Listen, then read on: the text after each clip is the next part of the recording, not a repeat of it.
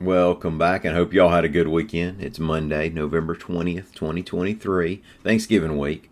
Born on this date in 1964, actor Ned Vaughn from Huntsville starred in the 1988 POW film The Rescue and has worked as a character actor in many well-known TV shows and movies. Now today we're going to talk bad weather, pig poop, and flesh-eating bacteria. I don't think it'll mess up your breakfast or anything, but it's definitely designed for a Monday. I'm Mike Morgan, and we're down in Alabama.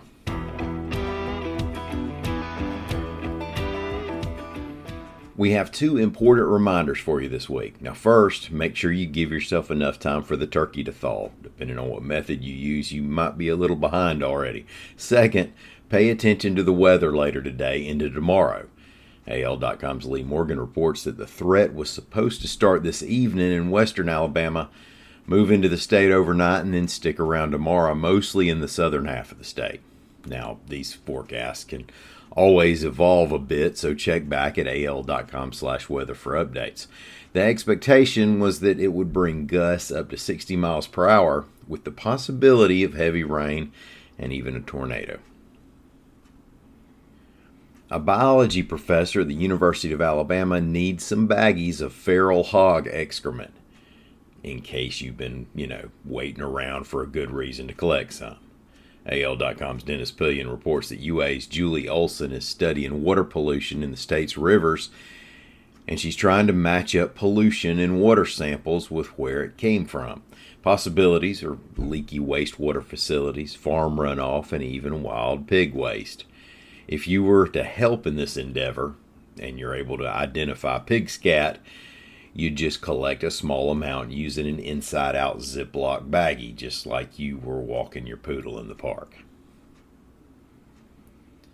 Now, to add something else, a little gross to our report, if you're running low on things to worry about, the Tampa Bay Times reports that a new study shows that high levels of Vibrio vulnificus can be found in coastal areas for weeks after a hurricane makes landfall.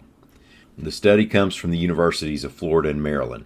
Researchers were surprised to find out that more than a month after Hurricane Ian's floodwaters had retreated, nearly every sample taken around Pine Island was positive for Vibrio. Vibrio is the flesh-eating bacteria that is sometimes found along the Gulf Coast, especially in brackish water and especially farther south into Florida. It's the bacteria that shows up in raw or undercooked shellfish. Now, the big number for today is $1.85 million. Now, that's how much Auburn has to pay New Mexico State's athletics department by March 1st, per the game's contract. Now, lower division schools often enter into guaranteed football games in order to bolster their budgets and play in a big-time college environment. And the bigger school gets a low-risk home game to fill its schedule. In this case, it was win-win for New Mexico State and lose-lose for Auburn, as on Saturday the Aggies left with a 31-10 upset over the Tigers. Now, I guess if you're an Auburn football fan, we didn't give you much to enjoy today, and we hope to make it up to you tomorrow. But we sure appreciate you and everybody else for listening.